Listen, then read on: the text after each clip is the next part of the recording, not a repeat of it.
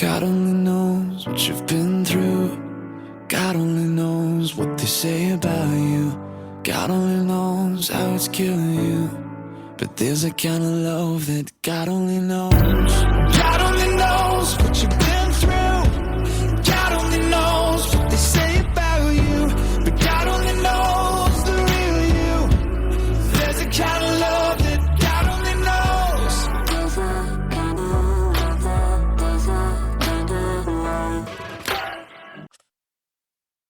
Welcome to Season 2, Episode 7 of Your Journey Is Not Over. My name is Tanya Pearson Randolph.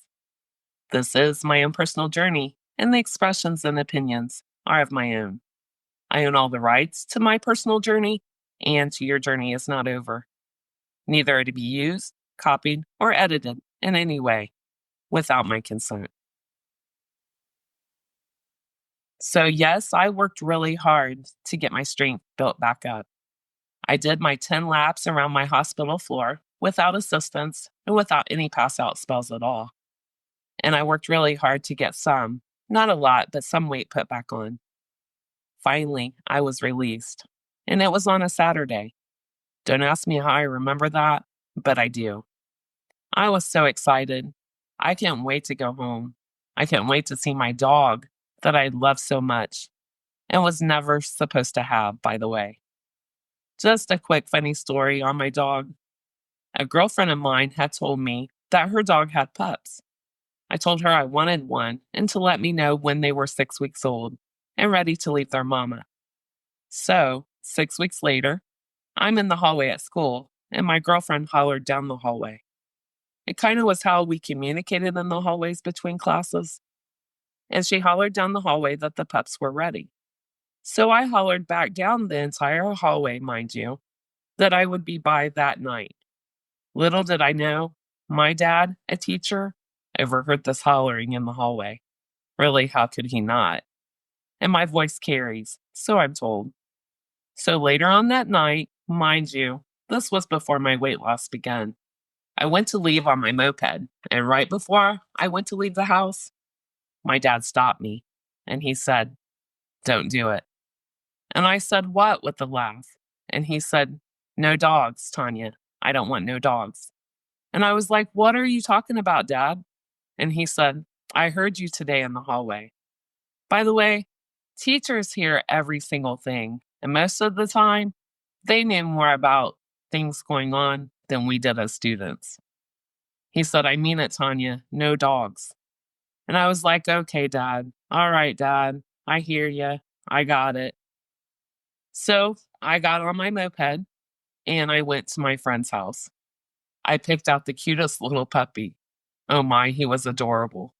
And I put him in my coat and I rode him home on my moped. I know I didn't listen too well, did I? But thank goodness it worked out. I walked in the door with him and I set him down, and instantly my dad fell in love with him. So I walked to my bedroom and I let them bond with him. And so he became our dog, and his name was Dusty. And he was the best dog.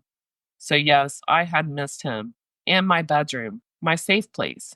And of course, my friends, my life, my routine. I missed everything. So I got released, and my dad took me to a root beer stand. And we got Tony dogs and onion rings and root beers in the cold mugs.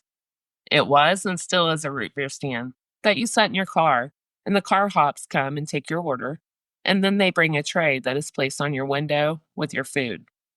So it gave us some time to eat and talk before I went home. I treasured these times with my dad. I know when I look back, there were times that we would be out to eat at restaurants, and students and former students, parents, would always interrupt our conversations by coming to the table to speak or reminisce with my dad. I can remember getting upset and giving my dad a look across the table. Not a nice look, neither. Many times. I was young, and looking at it now, it was an honor that people, students, former students, parents, liked my dad. But as a teacher's kid, I will have to say, it's sometimes challenging and hard to share your parent, in my case, my dad, with 200 other kids a day. So these conversations were precious to me. And also, we couldn't talk openly in front of my mom.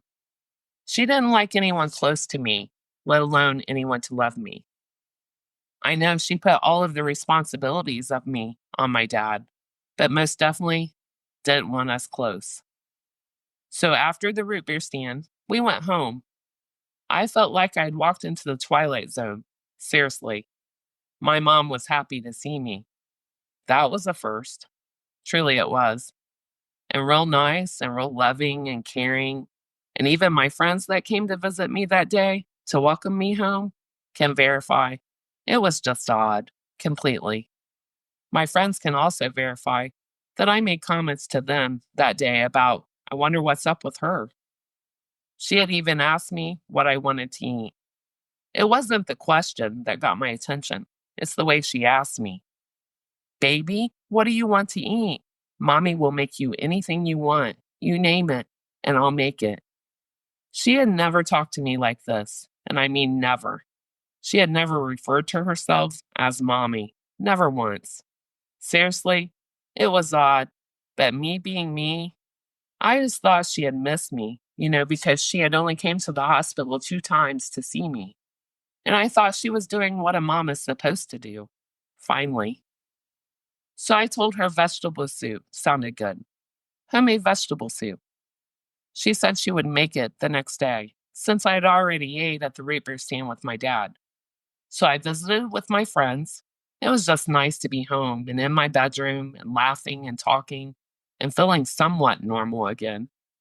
3 weeks seemed like eternity to a teenager, and it was nice to sleep in my bed, a water bed again. So the next day, I got up. My mom had went to the store and was fixing vegetable soup. It's still one of my favorites to this day. I cheat now, though. I don't make it. I go to Bob Evans and get it. So I had toast that morning and with some milk, and I remember being extra cautious after I would eat. The doctors and nurses did all of the communicating through my dad, and I was aware that people were led to believe I was anorexic or bulimic. So no matter what, I would try hard not to go to the bathroom after I ate. So that morning, I sat at the kitchen table forever. Again, it was nice to be home, smell food cooking, and all the small things that home brings: comfort, safety, familiarity. I was feeling good. Friends called and Sam came by that day to visit. I couldn't wait to go back to school the next day and see everyone else. Again, get back into routine, move on, push forward, always. Later that day, it was time to eat. My mom hollered for me from the kitchen, so I went to the kitchen table. My bowl was already made for me, and it was already at the table. So I sat down and I ate with my mom and dad. We talked, and it was so good to have home cooked food. I waited for my dad to finish eating so I could smoke a cigarette. My dad didn't smoke, so I didn't smoke at the table until he was finished eating. So I smoked a cigarette and let my food digest. And I remember I had to go to the bathroom really bad. I do remember my dad had a worried look on his face when I said I had to go to the restroom, probably thinking I was going to throw up. So I reassured him that I truly had to use the restroom. And I would even leave the bathroom door open so they could hear me.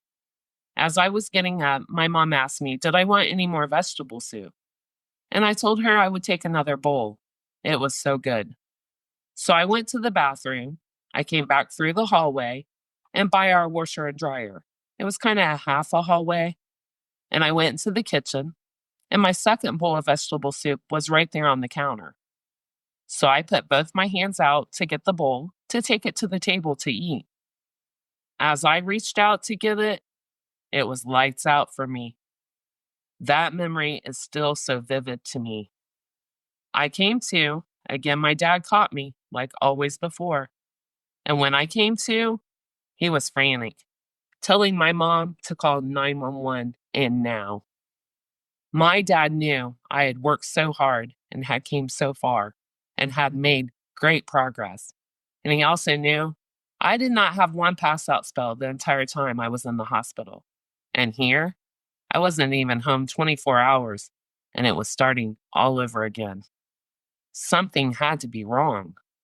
So I was loaded up into an ambulance and I was taken right back to the same hospital, to the same place, to the same floor that I, along with a wonderful team of doctors and nurses, had worked so hard to leave.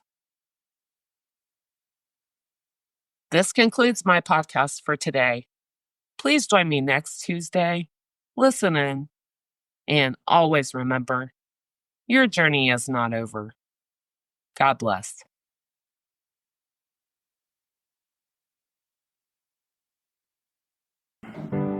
God only knows what you've been through.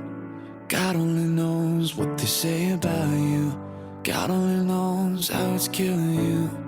But there's a kind of love that God only knows. God only knows what you've